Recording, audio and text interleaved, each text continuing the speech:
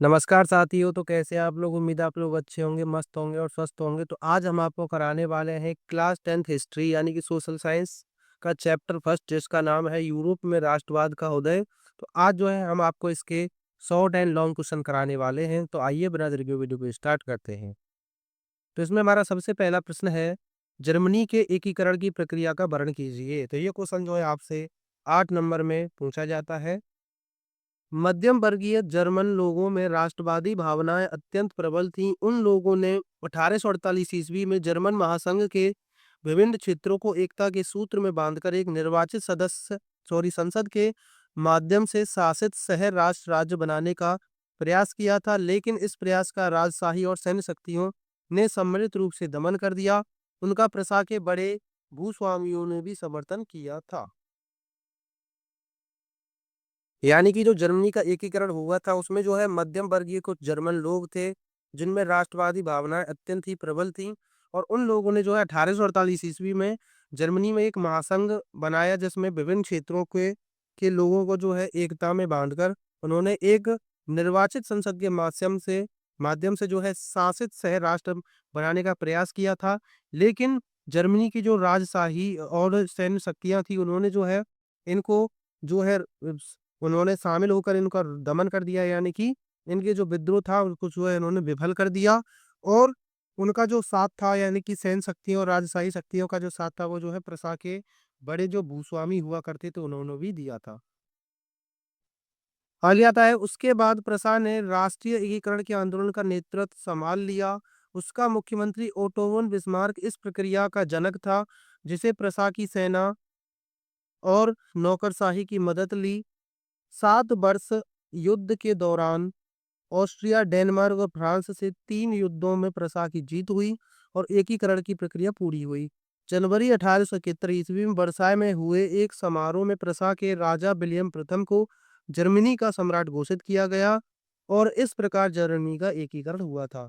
यानी कि जिन लोगों ने इनका दमन किया, तो प्रशा ने भी जो है उनके राष्ट्रीय एकीकरण के आंदोलन में एक नेतृत्व संभाला, जिसका जो मुख्यमंत्री था या इसका जो प्रमुख मंत्री था वो जो है ओटो वन बिस्मार्क था, जिसे हम बिस्मार्क के नाम से जानते हैं। और उसी ने जो है इस प्रक्रिया का ये पूरा जनक था, जिसने प्रशा की सेना और नौकरशाही की मदद ली।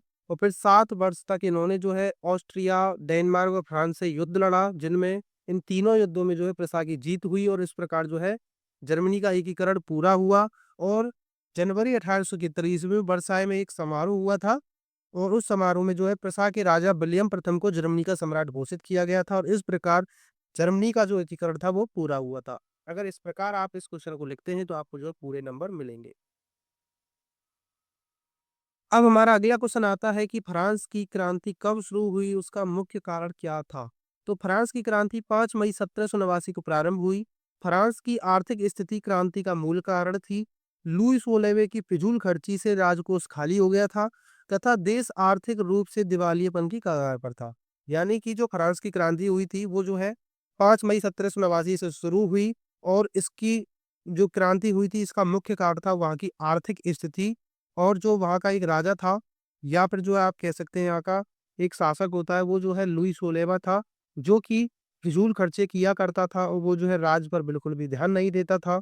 और इस प्रकार जो है उसका राज्य कोष जो था वो खाली होता गया और उसके देश का जो धन था वो खर्च होता गया, जिसके कारण जो है देश आर्थिक स्थिति के रूप में यानी आ गया था, यानी कि उन पर जो है काफी ज्यादा आर्थिक स्थिति आने लगी थी। ऐसी हालत में शासक ने जनता पर कर भार बढ़ाने के लिए नए कर लगाने का प्रस्ताव किया, जिसका जनता ने विरोध किया। एस्टेट्स जनरल का अधिवेशन बुलाने के साथ ही क्रांति का विस्फोट हो गया। इस दृष्टि से फ्रांस की तत्कालीन आर्थिक स्थिति क्रांति का एक प्रमुख कारण बन गई थी। यानी कि जब उनका राजकोष खाली हो गया था, जो वहाँ का शासक था लुई 16वां, वो जो है जनता पर बार-बार टैक्स बढ़ाया जा रहा था और वो जो है नए टैक्स लगाने का प्रस्ताव भी कर रहा था, जिसके कारण जो है वहाँ की जनता ने उनका विरोध किया और उन्होंने जो है एक एस्टेट जनरल का अधिवेशन भी बुलाया। और उसी के साथ-साथ जो है वहाँ का जो मध्यम वर्गीय जो वर्ग था, उन्होंने जो है वहाँ पर क्रांति कर दी और इस दृष्टि से यानी कि इस वजह से जो है वहाँ की फ्रांस की जो क्रांति थी, उसका जो तत्कालिक कारण बना था वो बना था आर्थिक स्थिति। अब हमारा अगला क्वेश्चन आता है कि इटली का एकीकरण कैसे हुआ, संक्षेप में बताइए।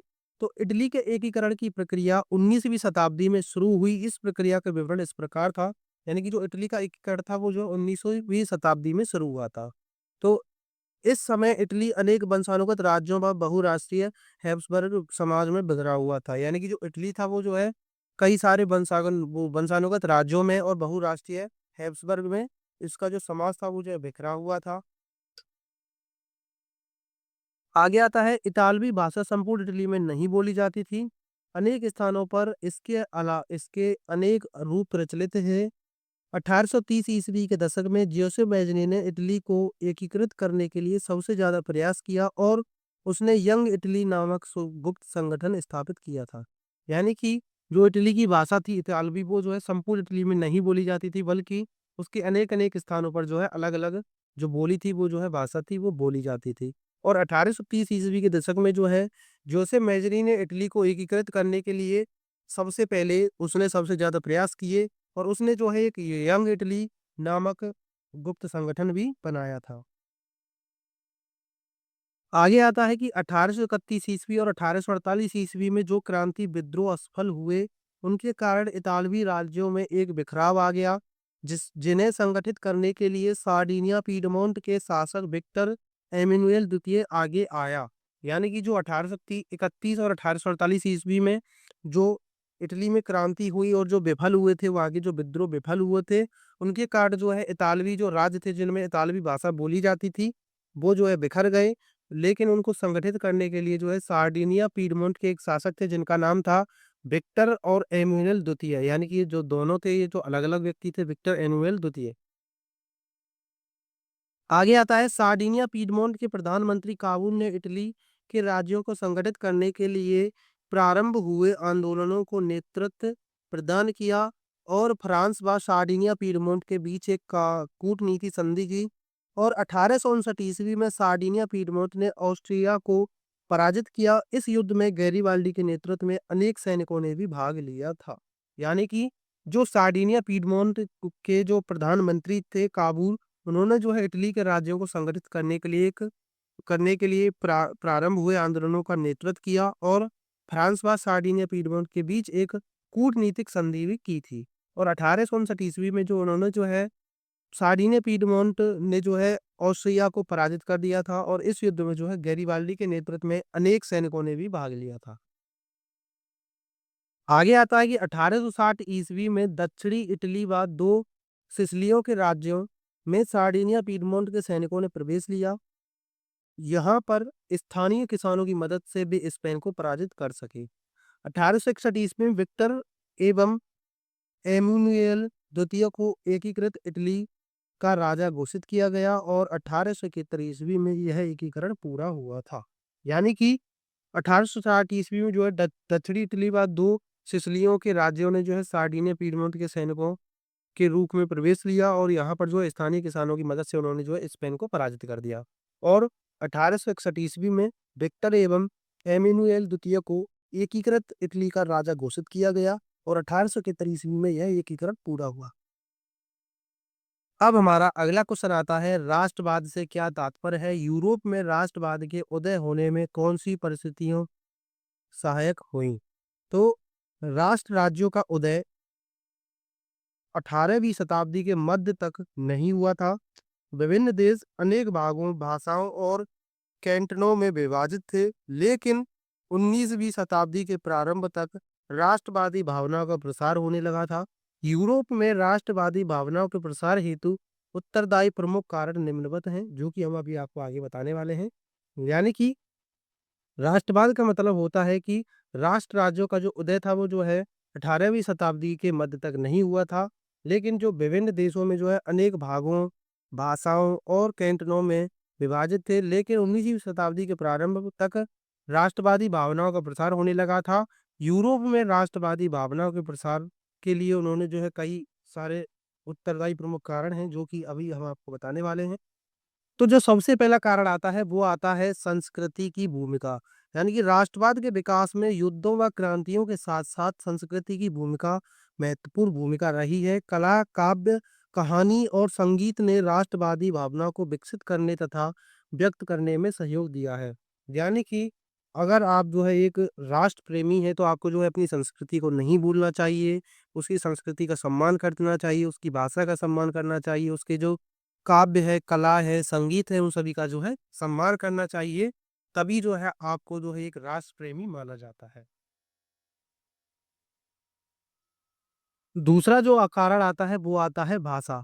यानी कि भाषा ने राष्ट्रीय भावनाओं के विकास में महत्वपूर्ण भूमिका निभाई है। रूसी कब्जे के बाद पोलैंड में रूसी भाषा को लाद दिया गया। इसके सदस्यों ने राष्ट्रवादी विरोध के लिए भाषा को हथियार बनाया था।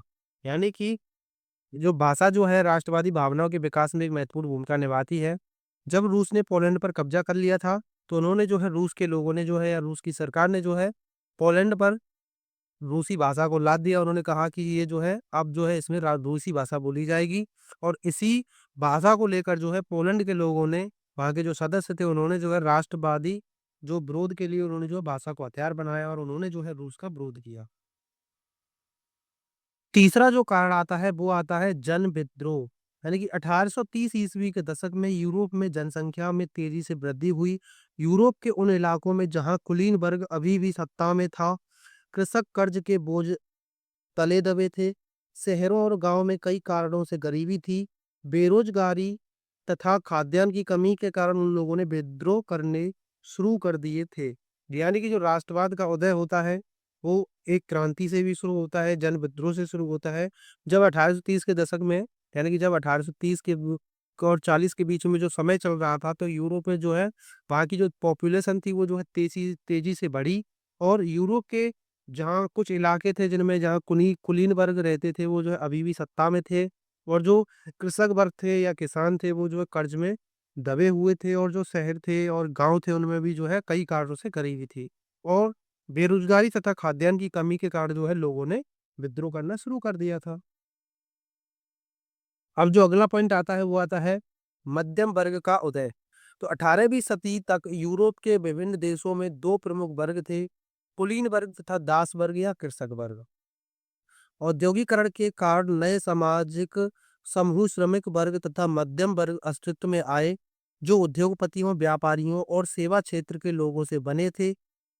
इस वर्ग ने कुलीन विशेषाधिकारों की समाप्ति तथा शिक्षित और उदारवादी मध्य वर्गों के बीच राष्ट्रीय एकता के विचारों को बढ़ाया था। तो यानी कि 18वीं शताब्दी में ही जो है मध्य वर्ग का उदय हुआ, या फिर जो है आप कह सकते हैं कि ये जो है श्रमिक वर्ग का उदय हुआ।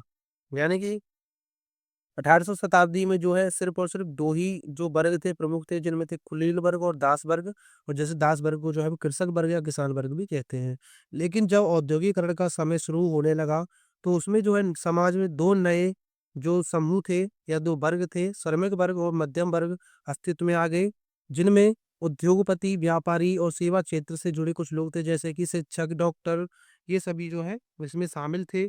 और इस वर्ग के लोगों ने जो है, यानी कि जो मध्यम वर्ग के लोग थे, उन्होंने जो है कुलीन वर्ग के जो विशेष अधिकार हुआ करते थे उनको समाप्त किया, और शिक्षित और उदारवादी मध्यम वर्ग को बीच जो है राष्ट्रीय एकता के विचारों को भी बढ़ाया था। अब हमारा अगला क्वेश्चन आता है, फ्रांस की क्रांति के क्या कारण थे? किन्हीं 4 कारणों का उल्लेख कीजिए। तो अब हमें बताना है फ्रांस की क्रांति के 4 कारण कौन-कौन से थे? तो आप जानते हैं कि इसका जो तत्कालिक कारण था वो था वहाँ की आर्थिक स्थिति। तो 1789 ईस्वी की फ्रांस की क्रांति यूरोप के इतिहास की एक युगांतकारी घटना है, यानी कि महत्वपूर्ण घटना है। इस क्रांति के कारण लुई सोलेवे के वंशानुगत शासन फ्रांस से समाप्त हो गया।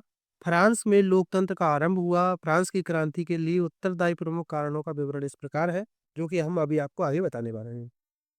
तो जो फ्रांस की क्रांति थी, वो जो है 1789 ईस्वी में शुरू हुई, जो कि यूरोप के इतिहास में एक महत्वपूर्ण घटना मानी जाती है। और इस क्रांति के कारण जो है, जो लुई सोलेवे था, उसका जो वहाँ पर जो शासन हुआ करता था, वहाँ के जो लोग थे, उनका जो शासन था, यानी कि जो लुई सोलेवे परिवार जो है, वही जो है हमेशा से वहाँ पर शासन करता आ रहा था। लेकिन जब वहाँ पर 1789 ईस्वी में जो क्रांति हुई, तो उन्होंने जो है उसको समाप्त कर दिया। यानी कि अब जो है वहाँ का राजा कोई भी बन सकता था, जो कि योग्य व्यक्ति हो। और फ्रांस में जो है लोकतंत्र की स्थापना हो गई थी। तो अब हम देखेंगे उसके जो क्रांति के कारण थे वो कौन-कौन से थे। तो एक है स्वतंत्रता पर प्रतिबद्धता, यानी कि प्रतिबंध, यानी कि वहाँ पर जो लोगों को स्वतंत्र होने का अधिकार नहीं था। यानी कि फ्रांस के लोगों को किसी भी तरह की स्वतंत्रता प्राप्त नहीं थी। धार्मिक स्वतंत्रता पर भी प्रतिबंध था। फ्रांस में प्रोटेस्टेंट धर्म वालों पर अत्याचार किया जाता था। न्याय और स्वतंत्रता की पूरी तरह से अवहेलना हो रही थी। यानी कि क्रांति का एक कारण ये भी था कि वहाँ के लोगों को जो है स्वतंत्रता पर प्रतिबंध लगा दिया गया था। उन्हें जो है धार्मिक उनसे जो है धार्मिक स्वतंत्रता भी छीन ली गई थी।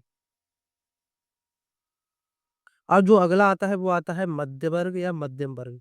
तो औद्योगिक क्रांति के बाद मध्य वर्ग का उदय हुआ। इस वर्ग में व्यापारी, उद्योगपति, वकील, डॉक्टर, लेखक, पत्रकार, शिक्षाविद और निम्न सरकारी पदाधिकारी आदि थे। फ्रांस का मध्यम वर्ग महत्वाकांक्षी था। यानी कि जब मध्यम वर्ग का उदय हुआ तो इसमें जो है इस वर्ग में जो व्यापारी भी थे, उद्योगपति थे, वकील थे, डॉक्टर थे, लेखक थे, पत्रकार थे, शिक्षाविद थे और भी अन्य सरकारी पदाधिकारी थे। उनके उनसे जो है फ्रांस का मध्यम वर्ग काफ़ी ज़्यादा महत्वपूर्ण बनता है, जो कि एक फ्रांस की क्रांति का कारण बना था। अब जो अगला पॉइंट आता है वो आता है अयोग्य शासक, यानी कि जो वहाँ का शासक था लुई 16वां वो जो है एक अयोग्य शासक था, यानी कि उसमें जो है कोई भी योग्यता नहीं थी। तो क्रांति के समय फ्रांस का शासक लुई 16वां था, वह एक अयोग्य शासक था क्योंकि उसने शासन में सुधार लाने का प्रयास नहीं किया। उसकी पत्नी का प्रभाव शासन पर अधिक था। लुई 16वें के राजद्रोह के समय जनता को बहुत आशा थी, लेकिन उसकी अदूरदर्शिता और कर्तव्यहीनता के कारण जनता को विद्रोह के मार्ग का सहारा लेना पड़ा था। यानी कि जो लुई 16वां था फ्रांस का जो एक शासक था, वो जो है योग्यता वाला शासक नहीं था, बल्कि वो जो है एक अयोग्य शासक था, बेकार शासक था और वो जो है शासन में सुधार लाने के लिए उसने कुछ भी प्रयास नहीं किया और उससे ज़्यादा जो अधिकार चलता था, वो जो उसकी पत्नी का चलता था। और जब लुई 16वें का शासन पर यानी कि जो राजरोहण हो रहा था, तो वहाँ की जनता को उनसे काफ़ी आशा थी कि ये जो है हमारे जीवन में कुछ न कुछ सुधार करेंगे। लेकिन उनको जो है निराशा मिली और इसीलिए उन्होंने जो है विद्रोह का सहारा लिया। अब जो अगला पॉइंट आता है वो आता है दार्शनिकों का प्रभाव। यानी कि फ्रांस के दार्शनिकों ने फ्रांस की दुर्दशा, न्याय व्यवस्था की त्रुटियों तथा फ्रांसीसी समाज की बुराइयों से लोगों को परिचित कराया। रूसो, वोल्टेयर, मोंटेस्क्यू तथा अन्य लेखकों के विचारों ने फ्रांस के क्रांतिकारियों को प्रभावित किया। फ्रांस के लोग दार्शनिकों के विचारों से प्रभावित होकर क्रांति के मार्ग को अपनाने को तैयार हो गए थे।